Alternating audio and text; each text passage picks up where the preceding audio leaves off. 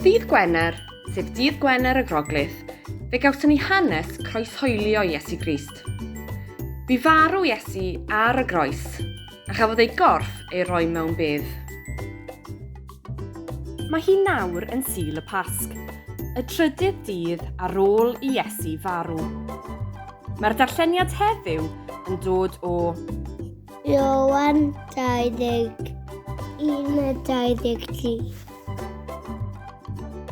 Roedd disgyblion a ffrindiau Iesu yn drist iawn ac yn galaru. Ar fore'r trydydd dydd, sef dydd Sul, aeth Mair Magdalen at bedd Iesu. Ond roedd y garreg oedd yn cau'r bedd wedi ei symud a'r bedd yn wag. Ble roedd corff Iesu? Rhedodd Mair, a gwelodd Seimon Pedr ac Ioan, dau o ddisgyblion Iesu. Maen nhw wedi cymryd yr arglwydd o'r bedd. Rhedodd Pedr ac Ioan at y bedd i weld beth oedd wedi digwydd. A gwelon nhw fod y bedd yn wag. Pan welodd Ioan y bedd gwag, dywedodd, O'n lledu. roedd Iesu Grist wedi atgyfodi. Roedd e'n fyw. Roedd Mair Magdalen yn llefen wrth y bedd. Edrychodd mewn i'r bedd a gwelodd ddau angel yno. Pam wyt ti, Stefan? Maen nhw wedi cymryd fy arglwydd i ffwrdd, a dwi ddim yn gwybod ble mae e. Ar ôl dweud hyn, trodd Mair a gwelodd ddyn. Pam wyt ti'n, Stefan? Roedd Mair yn meddwl mai'r garddwr oedd y dyn. Os mae ti sydd wedi mynd ag e, dwed wrthai ble mae e. Mair, Dywedodd y dyn. Rabwni. Iesu Grist oedd e. Roedd e'n fyw. Roedd y Mair mor hapus.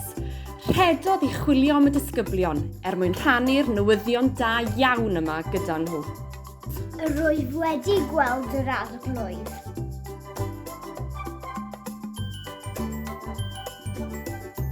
Yn ystod y 2 blynedd bu Iesu'n pregethu, roedd wedi bod yn dysgu pobl amdano ef ei hun, y Meseia. Bu'n gwneud gwirthiau, yn adrodd ymhegion, iachau pobl ac yn ei dysgu nhw am dduw. Fel casglu'r wyau Pasg bach yma, roedd Iesu wedi bod yn rhoi llawer o bethau da i'r bobl.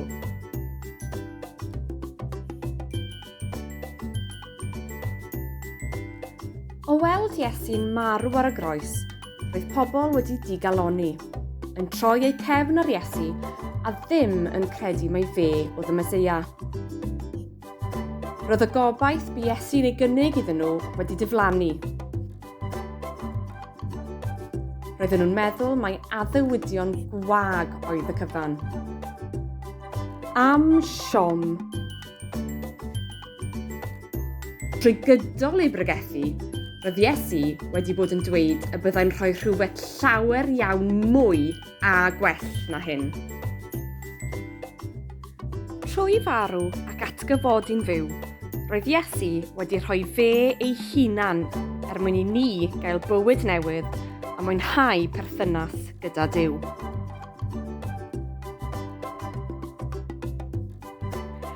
Felly, wrth i chi fwynhau eich wyau Pasg, cofiwch fod Iesu wedi marw ac atgyfodi mwyn rhoi bywyd newydd gwell i chi.